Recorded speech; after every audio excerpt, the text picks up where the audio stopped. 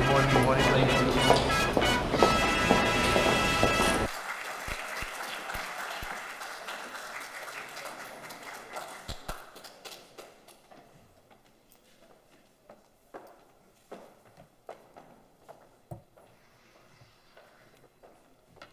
Yes, good day to everyone. Please have a seat. Thank you very much.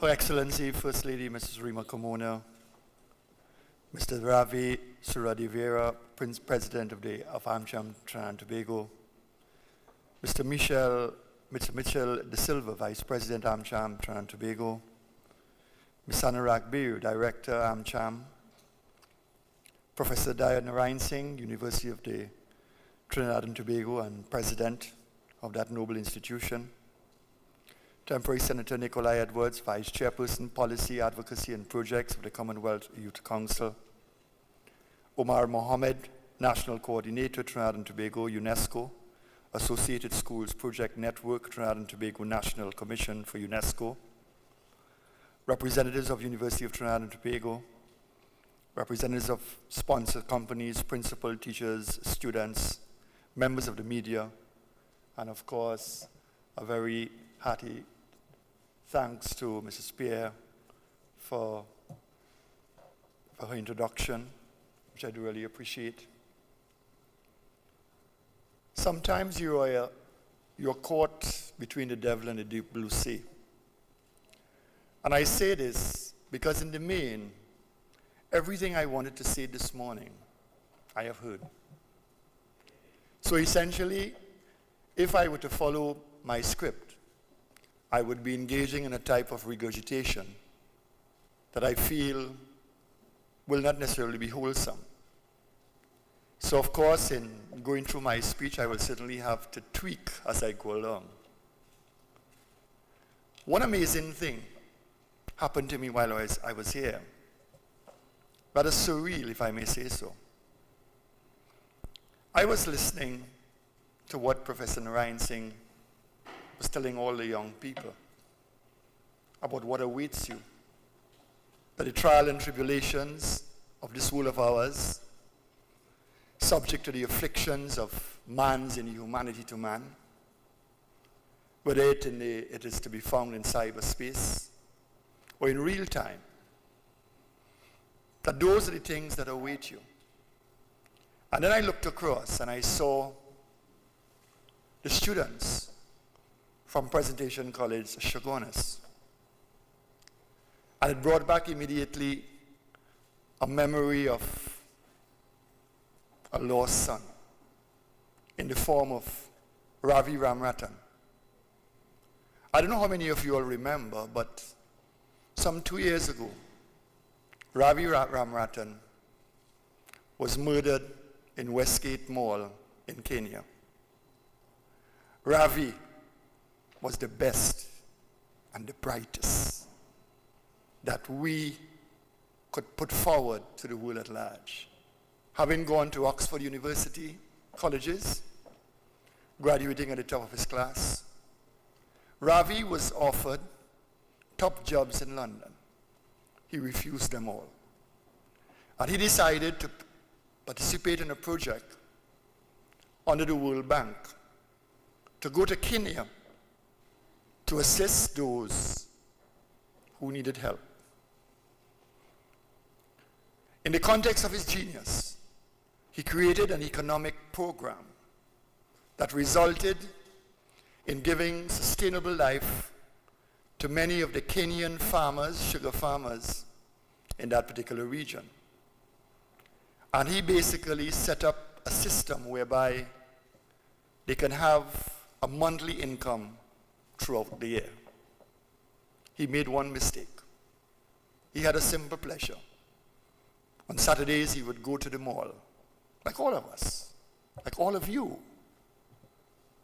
On that particular day, Ravi did not return. He became a victim of religious bigotry. Terrorists stormed the West Mall. And I'm made to understand he was asked if he was a Muslim. And he replied in the negative. and he was immediately shot to death. What was interesting, though, is that when I attended his funeral in Shogunes, I heard accolades that I have not sometimes heard for persons elected, for persons appointed. And those accolades came from friends of his who flew from Africa, from London, to attend his funeral. And what amazed me is how the simple Trinidadian, the simple citizen of Trinidad and Tobago, was able to impact and touch on lives in an area where few would have gone given the qualifications that he had. But he had a philosophy, and his philosophy was one of service. And that is why it is so important that we listen to what Nikolai Edwards, in fact, is telling you all about having some kind of personal philosophy and vision of yourself, to go where you need to go, and to reach there, notwithstanding the stumbles that may take place as you walk that road of life. Now, I am amazed that I can sit down here and I heard better and greater ideas coming from 16, 17, 18, 19-year-olds than some of the adults in Trinidad and Tobago and in the wider Caribbean. And that is why more and more, as I think about the role of youth, about the raison d'etre for youth empowerment, that I'm becoming more and more a believer that the adult suffrage age should drop in Trinidad and Tobago and in the West Indies and probably in the world. That 16 and 17-year-old youths would be given the chance to determine who their government would be, who in whose hands they would place their future, and who would rule them. Because it has been stated, and it has been tested scientifically, that in the context of critical analysis, in the context of critical thinking, that there is no difference between a 16-year-old and a 21-year-old man. And that says a lot. Because what I heard sitting there, I heard depth, I heard analysis, I heard critique, and I saw vision. So, as much as, for example, there are those who may trash the idea of youth empowerment. Hey, it's coming. And I can tell you something. There was no doubt in my mind, any disappointment when the Scottish government decided to give 16-year-olds the right to vote on the issue of whether Scotland ought to leave the United Kingdom. And when one looked at the figures, the youth vote was impressive. There was no flippancy in the vote. There was a type of consensus, collaborative philosophy in terms of what they felt and how they felt about Scotland in the context of the United Kingdom. And I can tell you, if the youth had been given the vote on Brexit, I can assure you, grandparents and great-grandparents wouldn't have been given the chance to determine the future of the 16, 17, 18, 19-year-old British citizen. So we cannot be talking about Youth Productivity Forum and we continue to think within the box, that traditional box, that a 16-year-old doesn't have the maturity because the 16-year-old has the knowledge, has the intelligence, in a way that the 16-year-old 40 years ago never had. So one could have rationalized How could you, in fact, have a 16-year-old 40 years ago voting when 3/4 of them were illiterate? That wouldn't have been possible then. Well, ladies and gentlemen, it is possible now. And I can tell you, if ever I had any doubt about your capacity for analysis, your capacity to demonstrate critical thinking, far more than many adults that I hear on the radio stations in Trinidad and Tobago, I firmly believe that there will come a time when that breeze of change will engage your suffrage in a way that will be holistic and that can lead to a progressive development of Trinidad and Tobago and the region at large. Notwithstanding my bravura in saying that you have said everything that I could possibly say, I still want to say something. And I will in fact say so from my prepared text.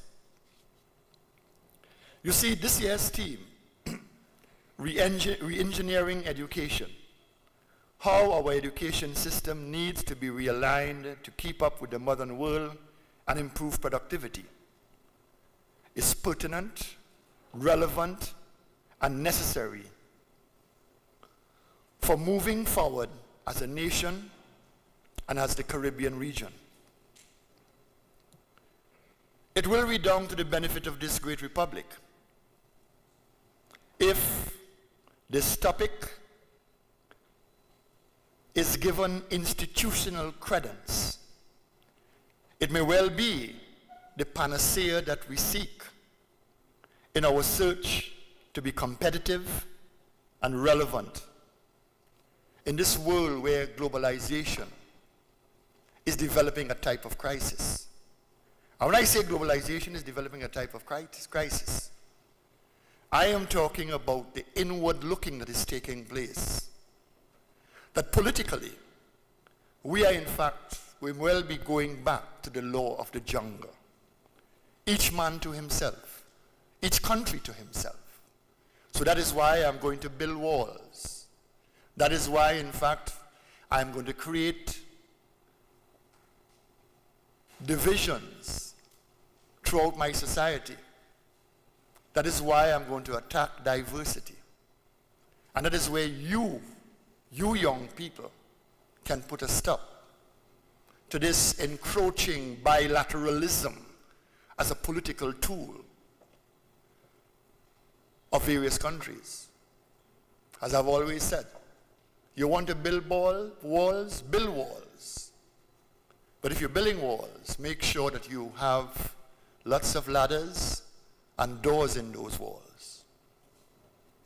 You see, education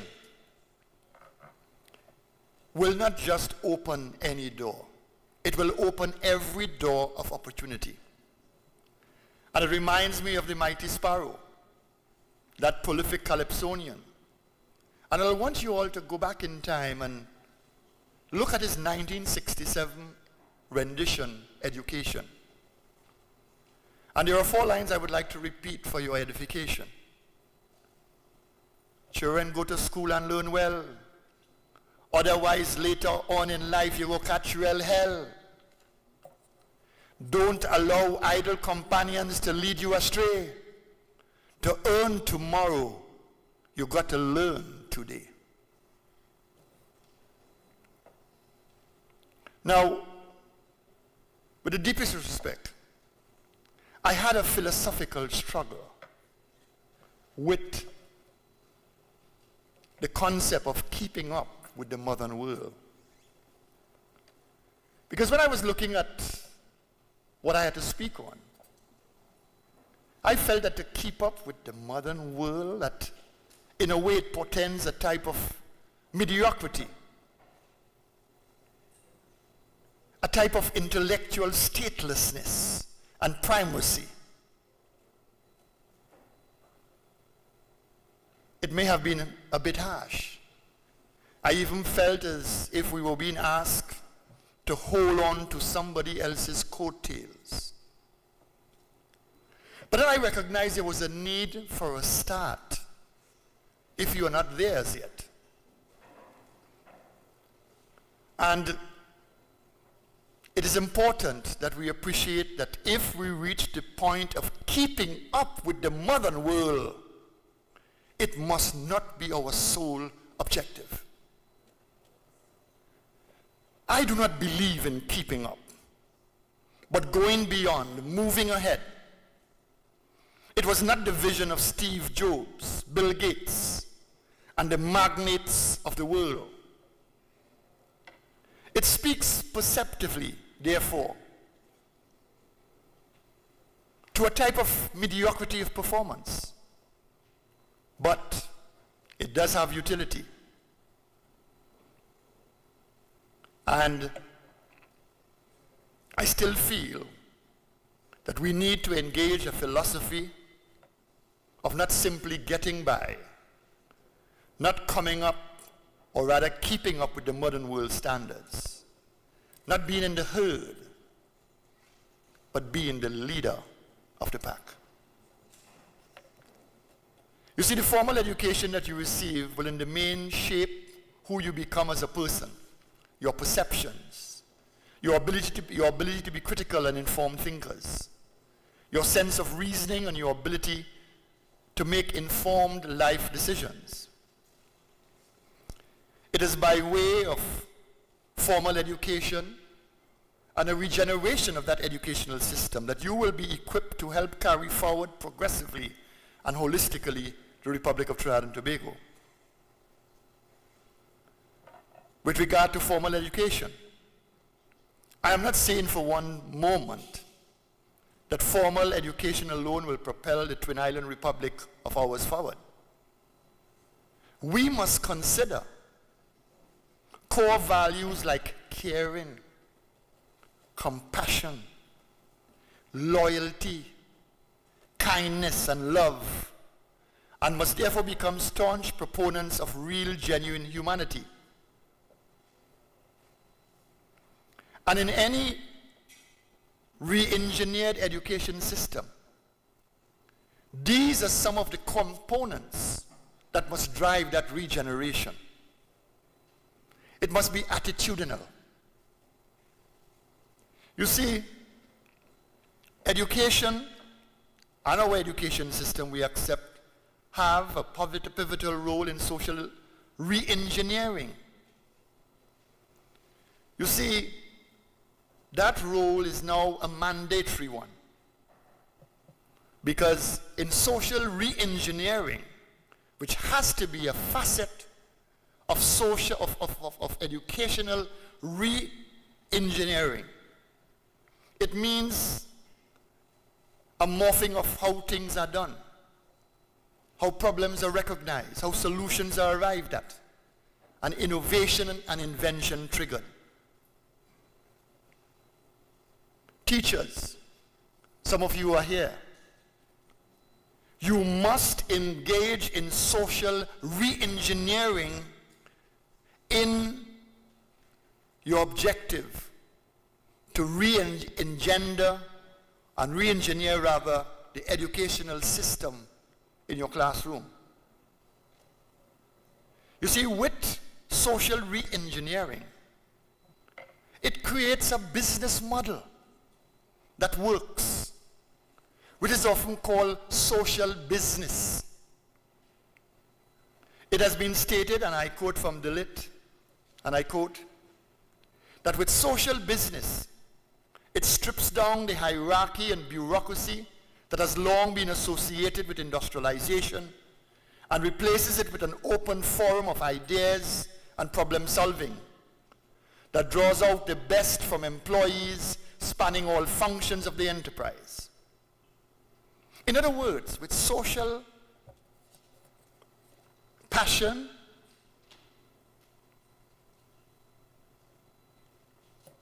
what you have happening, it connects to creating passion and drive in the workplace, to the most important component in any business that is in fact your human resource. This thing called social business. And invariably, it will be linked to your productivity levels. Now, I had a very good example of the positives of social business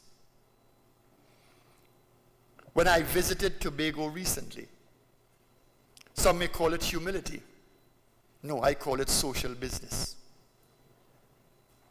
I went to a hotel. I was going to swear in the Tobago House of Assembly. And attempts were being made to have me stay at Magdalena and all the high-end hotels. I said, no. I'm going to stay in a modest hotel because tourism is not only about high-end, and we need to support those in the middle and at the bottom. So I stayed at a place called Ravenel's in Tobago. And I was told no prime minister or president has ever spent any time at Ravenel's. And I saw a man sweeping the floor in the dining room. And I asked, who was he? He said, his name is Mr. Sylvan Rollocks, and he's the owner and manager of this 100-plus room hotel. Yes, he was sweeping the floors alongside his employee. And what I experienced in that hotel was not only great service, but a greater sense of purposeness in achieving the agenda of the hotel to ensure that the person who is in that hotel has a good time and is treated well. Now, it is quite pleasing to me to be here at this productivity forum. And it would be remiss of me if I didn't applaud the president and his executive staff and AMCHAM for this laudable and praiseworthy initiative. And I feel in dealing with the whole issue of productivity in the schools and in the corporate world, that we need to recognize that first and foremost we are Caribbean people, and that in fact we are Trinidadians and Tobagonians and Jamaicans after. Because I feel in the context of productivity levels, we need to sell the Caribbean as the Caribbean. You hear about Europe, why are you not hearing about Caribbean? You see, we are a nation in Trinidad and Tobago of bright, successful, intelligent people with endless potential. But it must be reflected in the output that we produce. In the past, we have been burdened by issues of nepotism, self-interest, and old men and old women with old ideas and old philosophies. I can tell you I receive many, many letters from young people with their masters and their PhDs, underemployed, underutilized, seeking my indulgence to see if they can get a better job. Because the substantive holder of the job is a pensioner. Don't get me wrong. I believe in institutional memory. And I feel, in fact, those who have been there should still be there, but in a different capacity. We need the wise sage to inform the young, burgeoning mind in substantive positions. And this is something that you will encounter. And this is something that your teachers would have to teach you. Do not be discouraged, deflated, or uninspired by such tired and outdated philosophies.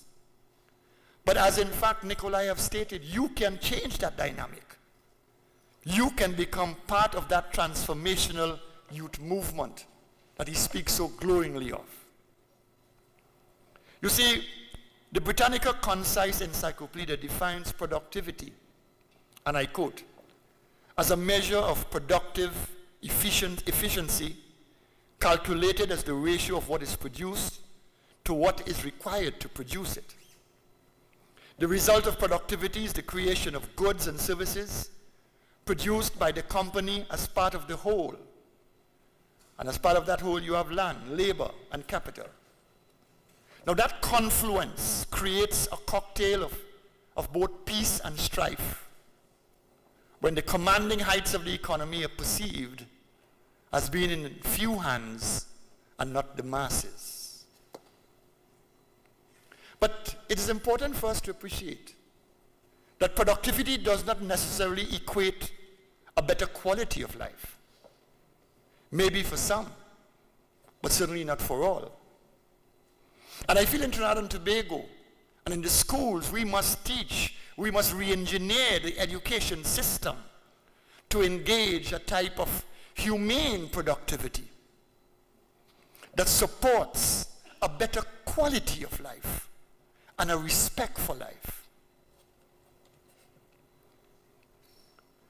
And this is where the education system must be a model that triggers vision. You see, a teacher's job is not simply to bring you to his or her level, but rather to create the platform for going beyond. And when this occurs, knowledge increases and the world progresses. All of you all here have the potential to become global citizens. And that responsibility you would find when you become world citizens and champion world issues, it'll be pertinent to peace, harmony, safety, and security. Because, again, we do not live in a cocoon. Are we following the philosophy of migration? Are we looking at migration to Europe in the context of climate change? That in fact the violence in Syria may well have had its genesis in climate change, movement of people from one area to the other, resulting in persons going through the Sahara Desert, dying in their hundreds off the coast of Lampedusa on their way to a better life.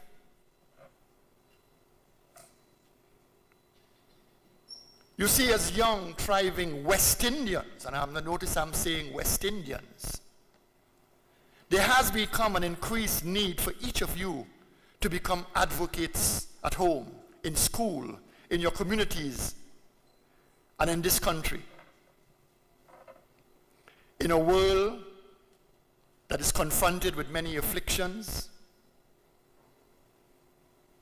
I believe that as much as we wish to empower each single island, a united and integrated Caribbean region will be a stronger one in the context of productivity. We are a region of great people with great ideas and great philosophies, with limitless possibilities. For us here in TNT to be that international tour de force,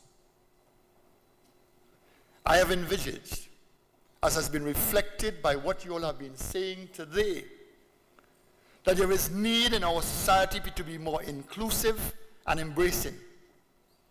That we must not be concerned by what we can get from each other, but rather how we can help each other.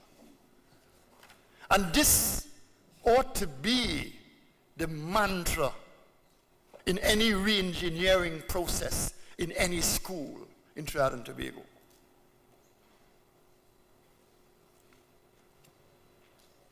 Only last week, I delivered a lecture at the Cavell campus of UWI for You We Start, an organization I found out that Nikolai was an executive member for some 3 years. Very progressive, steeped in volunteerism, steeped in service. I met young people from all over the Caribbean region. And I could relate to them. And the reason why I could relate to them is because, in fact, I lived in Jamaica for 3 years when I was doing my first degree, and I lived in Barbados also. And I met the entire Caribbean diaspora. So I was very much attuned to the Caribbean persona. And this is why we have to be careful. Because throughout the Caribbean, every country wants to have its own university, its own medical school, its own engineering faculty, its own law faculty. And we do not have the luxury of the resources to engage in that folly. But if we do, fine. But I am concerned about our Caribbeanness. We are losing it. And I feel in those circumstances that when you all go on to university, hopefully one day, in Trinidad or wherever, that there will be compulsory modules that you would have to do in another Caribbean country. Because I am about vision. I am about no horse with blinkers, thinking that the world is Trinidad and Tobago. Don't let any politician fool you to believe that what you say or what you do matters. Yes, maybe what you do, not necessarily what you say. Because yours must be performance steeped in progressive action. And I have looked at the whole Caribbean panorama of life over the years. And when I spoke to those students, I came to the conclusion that you all need to change the dynamic that is taking place in this country and in all countries for many, many, many years. And I referred to it, I coined the phrase cult politics. And because I felt I had said it how I wanted to say it, I will simply repeat what I said at K-ville last week. And I quote, "There is a growing concern of cult politics in our region that is stifling our growth. It is no longer, as President John F. Kennedy stated, ask not what your country can do for you, but what you can do for your country. It is rather what you can do for your political party and what your political party can do for you." Yes,